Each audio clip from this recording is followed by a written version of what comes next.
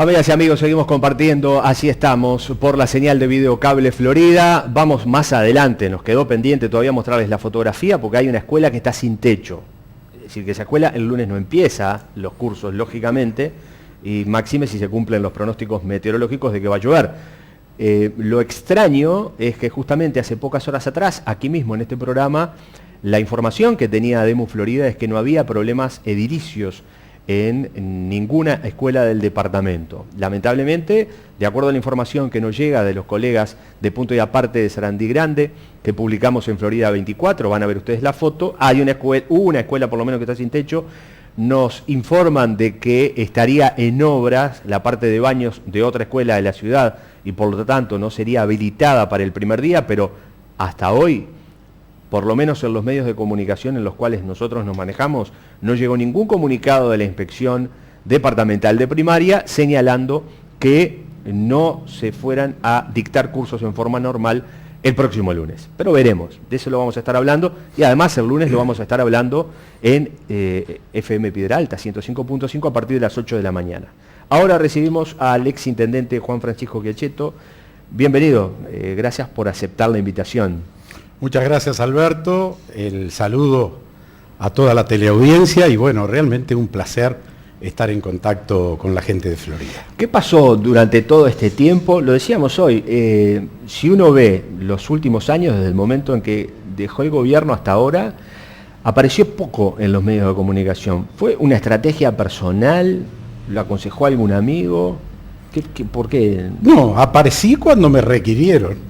Después como que realmente uno pasa al olvido, ni siquiera es punto de referencia, pero yo no le negué nunca a nadie un reportaje, ni me negué a entrevistas telefónicas o lo que fuera. Cada vez que me llamaron, respondí. Cuando no me llaman, no voy a buscar yo la aparición. Algunos señalaban de que, bueno, Giacchetto se llamó a cuarteles de invierno, como se decía antes. Bueno, me definieron de muchas maneras. Lo que hice fue simplemente atender mi vida personal y la de mi familia, porque en realidad así lo demandaban los hechos, las realidades. Digo, no hice otra cosa que eso, pero siempre he estado a la orden, modestamente, en el entorno de esta Florida en la que nacimos y que seguramente vamos a morir. En las últimas horas se ha dado una situación muy particular a nivel judicial con un exintendente, alguien que fue colega suyo, que además es integrante del Frente Amplio, Gerardo Amaral, que fue procesado por la justicia. Se ha hablado de una apelación sobre este caso, pero él dio a través de su cuenta de Facebook una frase que fue tomada por todos, como que la política era una máquina de picar carne. ¿Qué opinión tiene al respecto? Y que en los últimos tiempos, digamos, se ha judicializado mucho la política.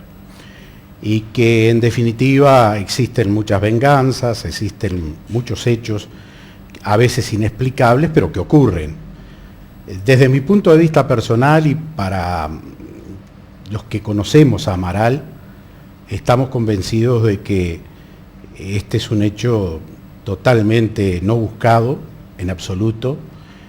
Creo en su persona, creo en su ética y creo que incluso en estos momentos que está algo afectado de salud es producto pura y exclusivo de la tristeza que le ha registrado este hecho, cuando en otros lugares suceden cosas muy similares, porque hay que ser casi adivino cuando uno va a firmar un llamado a licitación y gana una empresa y de pronto esa empresa tiene algún familiar que está relacionado con la esfera pública. ¿Usted dice que eso sucede habitualmente? Yo creo que sí, que muy cerca hay ejemplos.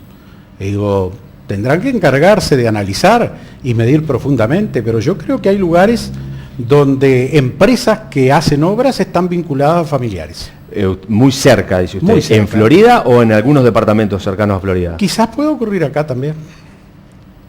¿Usted está... ¿Ha indagado sobre...? No me he tomado el trabajo porque realmente no me lo he dispuesto en estos momentos. Son otros los objetivos que persigo, pero digo que simplemente hay que tener muchísimo cuidado porque en esto estamos expuestos todos. En definitiva, así lo amerita la legislación existente y como tal hay que cumplirla.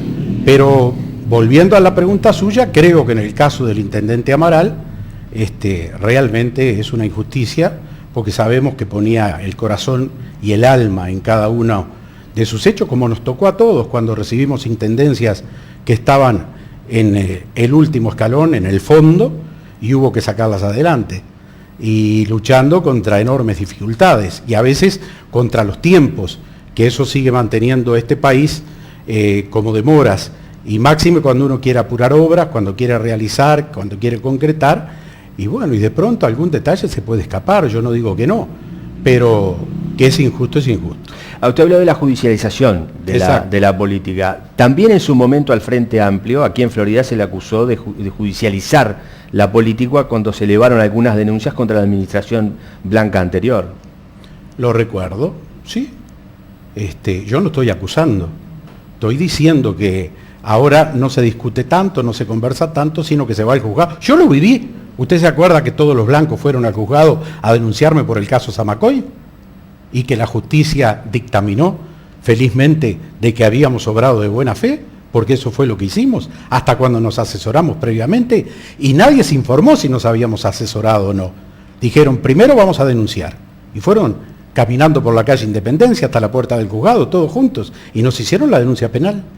Entonces, es un hecho real sobre el cual yo hablo. Bien, queda claro el tema. Sobre la gestión municipal, yo recuerdo que usted en algún momento, actual, ¿verdad? Usted dijo, no voy a hablar, voy a dejar actuar. ¿Sigue en la misma posición? Creo que todavía falta mucho. Yo creo que hay por delante... Pero lleva casi un año y medio de actuación, pero no son los tiempos electorales esto. Yo creo que Enciso tiene mucho por hacer por delante y voy a hacer algo que no hizo nadie en la historia de Florida. Cumplir con que lo iba a dejar trabajar y que ya iba a llegar el momento de analizar su gestión, de poner sobre la mesa todos los puntos y ver si en definitiva las obras responden con los recursos que se han recibido. Porque de lo que sí puedo adelantar, y estoy seguro, es de que esta intendencia actual ha recibido muchísimos más recursos que los que recibimos nosotros. ¿Y ha actuado en consonancia? Ya llegará el momento. Cuando usted dice ya llegará el momento de analizar, de valorar y de evaluar, ¿significa de que está pensando o se le ha propuesto ser candidato nuevamente a la intendencia? ¿Me lo contesta en un ratito? ¿Cómo no? Vamos a hacer una breve pausa. Con mucho gusto. Muy breve nada más, y como siempre, antes de la pausa, una recomendación, como siempre le hacemos en el programa. Marcas de calidad a los mejores precios y con el mayor respaldo. Motos de Antonio Albanés Limitada. Motomel 110, $845, Rocket 110, $899, Vince 110, $998. Antonio Albanés es tu lugar de motos y repuestos. Albanés es confianza. Pausa y ya venimos con más Así Estamos.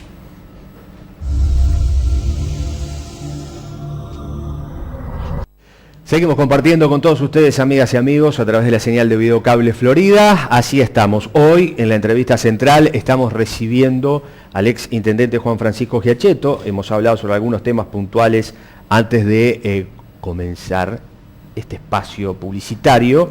Y le dejamos pendiente la pregunta, porque si no va a responder ahora a querer juzgar algunos de los actos de gobierno del intendente Enciso, el razonamiento simple nos lleva a preguntarle, bueno, ¿qué quiere decir? ¿Que está preparando una campaña electoral para competir en las municipales de mayo del 2015? ¿Va a ser candidato o no? Ni sí ni no. Le explico. El hecho de que yo juzgue posteriormente la campaña que lleva adelante el intendente Enciso, o mejor dicho, la administración y el accionar de los 5 años, no lleva necesariamente implícito que yo sea candidato, sino que como frente amplista y como ciudadano de esta Florida, tengo el derecho de juzgar también una labor, simplemente eso. Y los tiempos son para mí muy especiales porque hice una especie de promesa personal para creer que en la política se puede actuar de otra manera y no buscando exclusivamente réditos. Dije que no iba a actuar para no poner piedras en el camino, cosa que sí sentimos mucho nosotros, porque en cada paso que íbamos a dar inmediatamente había oposición. Nadie podrá decir después que lo que no se hizo fue porque nosotros nos opusimos, o porque la fuerza a la que yo pertenezco puso piedras en el camino. No hemos abierto prácticamente la boca. Por lo tanto, nos consideramos en esa condición de estar cumpliendo con lo que dijimos y de demostrar de que así va a ser.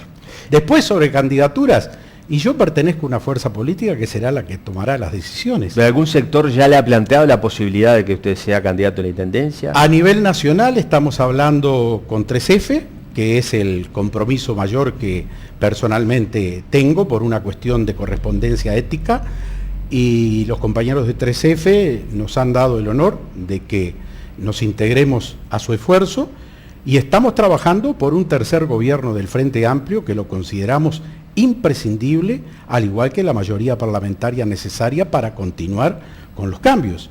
Vivimos en un país, felizmente, que muestra una imagen totalmente distinta. Lo comprueba cualquiera que se mueve y vaya que son cientos, miles los uruguayos que se trasladan hacia los distintos lugares turísticos con sus vacaciones o simplemente en el movimiento diario de una carretera. Hay transporte, hay comercio, eso habla de un país que tiene vida, que tiene recursos, que ha aumentado su potencial, ha mejorado el empleo.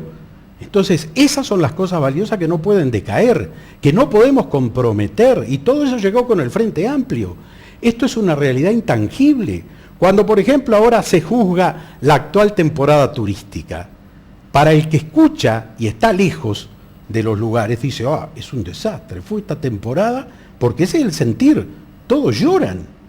Y yo me pregunto, si esta temporada no fue buena, cuando haya una temporada buena, ¿dónde van a ubicar los autos en Piriápolis y Punta del Este donde no había lugar para estacionar? Siendo mala la temporada, usted no podía estacionar.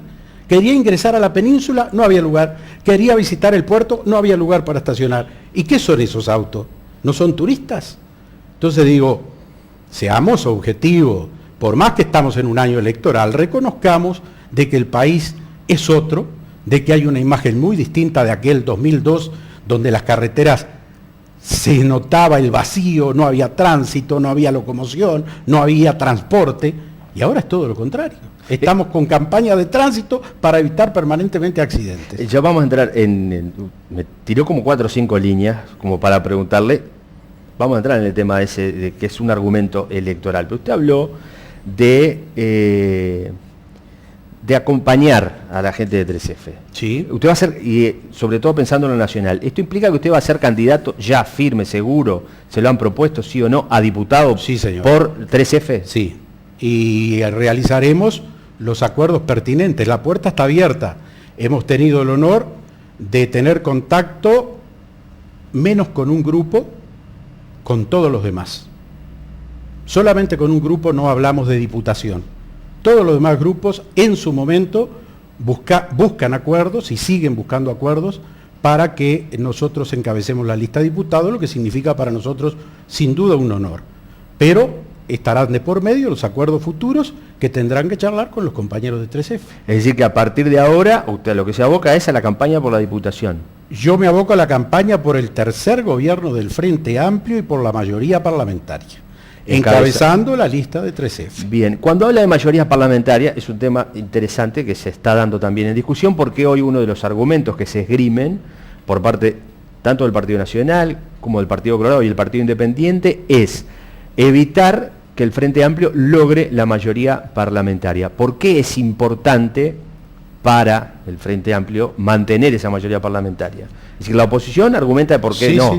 ¿Por qué el Frente Amplio? Desde mi punto de vista, porque si no, no se logran los cambios que son necesarios para el país y que han demostrado ser buenos. ¿Cuáles, por ejemplo? Más allá de la polémica, por ejemplo, que está en torno al tema de la marihuana, que es otro capítulo, si usted analiza los últimos años, la mayoría de los proyectos que partieron del oficialismo, o sea, del Frente Amplio, ya de entrada y de pique tenían un no. Y sin embargo, varios de ellos salieron gracias a la mayoría parlamentaria y al día de hoy denotan de que fueron buenos para el país, de que realmente se ha crecido. Y yo quiero que siga creciendo el Uruguay, porque en los hechos está demostrado, se redujo la pobreza, por más que ahora insistimos con estos temas, porque es año electoral, pero pobres van a existir siempre. No va a existir nunca un país que no tenga pobres. No seamos hipócritas con ¿Por estas qué eso afirmaciones. no se puede lograr? Es imposible porque las diferencias sociales no se pueden subsanar de un día para el otro. Son procesos de años. Y aquí la herida y la separación es tan grande que cuesta mucho achicarla. Los distintos planes que fueron criticados de apoyo social, de ingreso ciudadano, etcétera, etcétera, fueron por cosas menores que siempre van a tener algún escape. Cuando se hablaba, sí, pero a los que están ayudando se compraron celular en lugar de comida. Y bueno, y eso es producto también del consumismo y lo que nos influye desde afuera. Cambiaron los medios de comunicación. En estos momentos, ¿quién no tiene una televisión? ¿Quién no tiene una computadora? Máxime después de que al hogar, gracias también al Plan Ceibal, llegaron las ceibalitas. ¿Y qué servicio han prestado para todos? Entonces son los grandes cambios que han llegado a forceps. Y por eso considero que es importante que siga existiendo una mayoría parlamentaria. No para aplastar a la oposición, como parecen sentirse. No, simplemente para sacar adelante lo que es bueno y útil para el país. Y creo que ha quedado demostrado. Lo otro lo podemos discutir, lo podemos conversar, pero no a fuerza de decir, bueno, si no tenés mayoría de cualquier manera, tenés que transar conmigo. Porque eso es lo que en estos momentos existe. Se insiste mucho sobre el tema educativo. Usted, además de incursionar en la actividad periodística durante muchísimos años, en la actividad política en los últimos años y antes, cuando era docente, justamente, ¿cómo visualiza el tema de la educación en nuestro país? Creo que no es grave, dramático como lo pintan, porque además todo el mundo se refiere a las pruebas que se realizaron. Y parece ser que es un paradigma, esto es así y así. Yo creo que no tenemos ningún drama, primero que nada, en torno a este tema. ¿Que se deben de realizar mejoras? Sí, estoy de acuerdo. ¿Que se le deben de dar mayores instrumentos al personal docente, quizás una preparación más profunda? También estoy de acuerdo. Pero no olvidemos el pasado. Miremos un poco hacia atrás. El tema de la deserción escolar se arrastra desde que yo era estudiante magisterial. Aquel Uruguay de los años 65, 70, tenía como gran drama la deserción rural. Los niños del campo no terminaban su escolaridad porque iban a ayudar a su padre en las distintas tareas. Y eso generaba que las escuelas, cosa que pasó durante gran tiempo, se fueran cerrando por falta de niños. Ese proceso, en parte, algo arrastra todavía. Pero después vino la otra etapa, la que todos nos lamentamos y donde a los docentes, y sobre todo estudiantes de magisterio, se los preparó de una manera que sin duda no era la mejor. Y esos docentes están trabajando al día de hoy, con un esquema realmente quizás no adaptado a la realidad que tiene hoy el Uruguay. Hay que ayornarlo. Hay que ayornarlo, estamos de acuerdo. Se ha quedado atrás frente a todo esto que usted habla. O, por ejemplo, acá tenemos una tablet, un teléfono celular, todo el sistema que está saliendo es a través de informática. ¿Cómo nos cuesta la generación nuestra digital adaptarnos a esto? ¿Cómo le cuesta a un jubilado cuando va al cajero automático a querer cobrar su jubilación? Pero ese es el mundo que tenemos al día de hoy. Lo que tenemos que hacer es dar instrumentos y preparar en ese sentido. El mundo no va a dar un paso atrás. Si el Uruguay se queda, nos quedamos para siempre.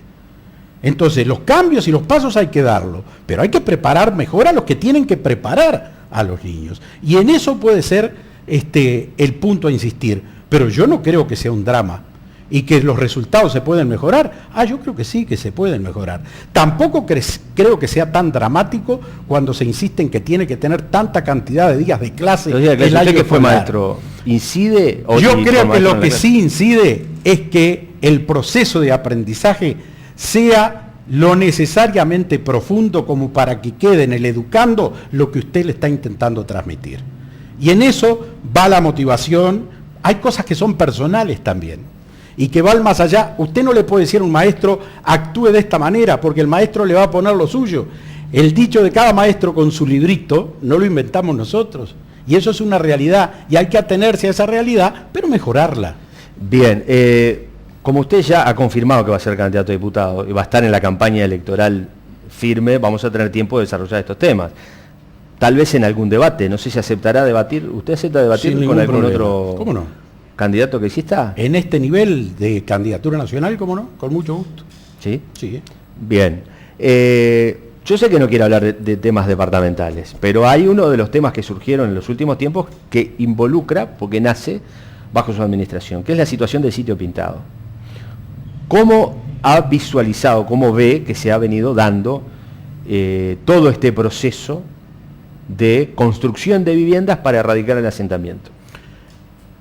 La verdad que nunca entendí, más allá de la movida política inteligente que se realizó, por qué no se concretó la obra y por qué se dieron resoluciones que echaron marcha atrás con muchas de las cosas que estaban avanzadas. Porque en realidad cuando nos retiramos, es cierto que se habían perdido algunos recursos y quizás no daba el total para la cantidad de viviendas que en principio se había manejado, pero estaba abierta la posibilidad de pedirle al Ministerio la ampliación de la resolución porque había establecido el propio Ministerio la cantidad de viviendas que se iban a construir. Estaba elegida la empresa que iba a encargarse de llevar adelante el primer tramo de las viviendas. Se habían empezado algunas plataformas, sin embargo se borró de un plumazo todo aquello.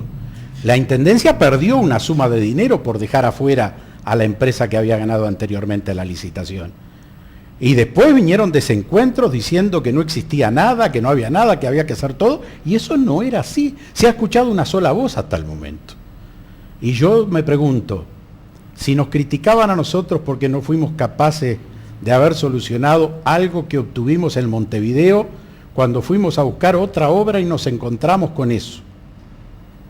Porque fuimos por una ampliación de saneamiento para la gente del sitio Pintado, que había tenido un problema grave de enfermedad en algunos niños, diarrea fuerte, etcétera, etcétera, y fuimos a la OCE con el ingeniero Falcón a pedir una prolongación de donde terminaba el saneamiento del barrio para llegar al sitio Pintado. Y después generamos un primer convenio con el Ministerio de Desarrollo, a cuyo frente estaba Marina Arismendi, para que la mayoría de las viviendas del sitio Pintado contaran con su baño. En eso invitamos a Arana para que viniera a Florida y vio la realidad del sitio Pintado y dijo, no, de cualquier manera tenemos que apoyar esto. Y con un dinero que quedaba en el Ministerio de Vivienda antes de cerrar un año, se sacaron los recursos para que llegara a esa gente.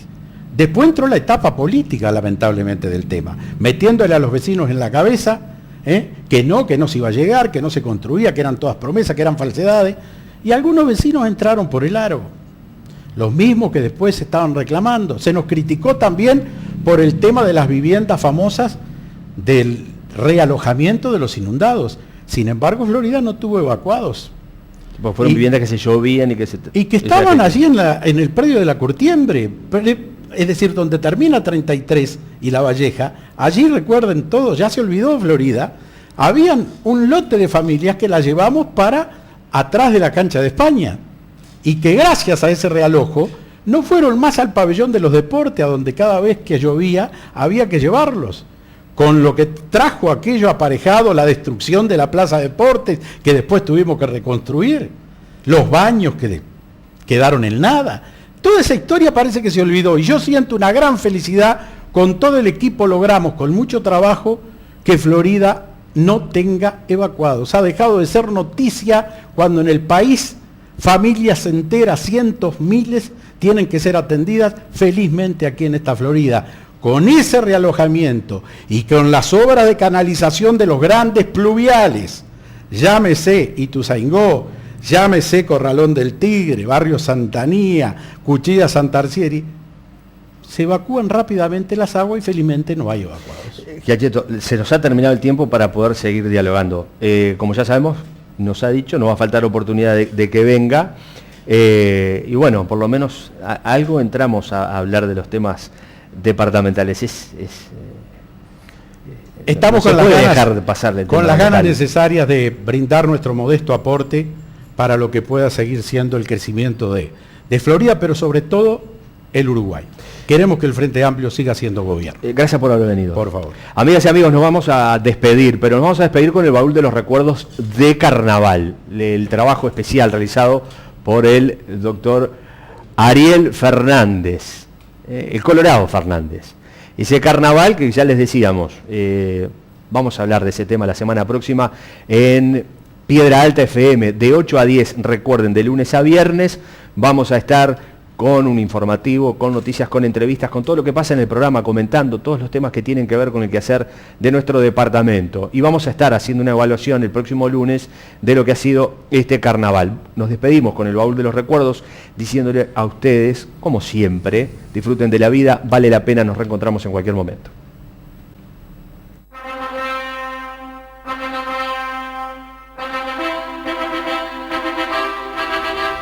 Se abre el baúl de los recuerdos y aparece una invitación para una boda que reza textualmente: yo, Carlitos, y ella, Diana, junto a auténticas variedades de carnaval, participamos de esta boda real y los invitamos a que nos acompañen en este Carnaval 82. Así todos juntos, hacer una verdadera fiesta de pueblo, más alegre y colorida. Sin duda se anunciaba un acontecimiento que se transformaría en un carro alegórico, donde evidentemente se parodiaba un hecho saliente del año anterior: la boda real del siglo XX, celebrada el 29 de julio de 1981 en Inglaterra, entre el príncipe Carlos y Diana Spencer.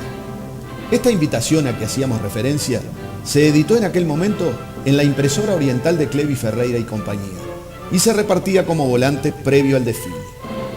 Pero si abrimos la misma, encontramos en su interior un canto a la cucaracha, texto de autoría del ilustre escritor floridense José Pedro Galain. En las noches de verano, allá por los años 30, macizas y perezosas, se oía el chas-chas de sus ruedas. Entre las plazas y el prado, recorrida de la época, transportando a los Ulises y un vintén, era una vuelta. La letra refiere a un vehículo que se transformaría en símbolo de nuestros carnavales, el que muchos vecinos consideran patrimonio de los floridenses. Desde el recuerdo de sus orígenes, como ómnibus municipal que traqueteaba, al decir de Fernando González, desde la Plaza Asamblea a la glorieta del Prado Español. Estos textos posteriormente se transformarían en canción, con música original de Cacho La Bandera, para luego formar parte del repertorio del conjunto Contramano, en una versión carnavalera adaptada musicalmente por Cono Chávez. Esta canción perduraría al infinito, tras una grabación realizada en los estudios de La Batuta en enero de 1991. Participaron de la misma Alberto Massa, Carlos Carvajal, Cono Chávez, Walter Linás, Chafa Mendizábal, Evaristo Romero y quien les habla.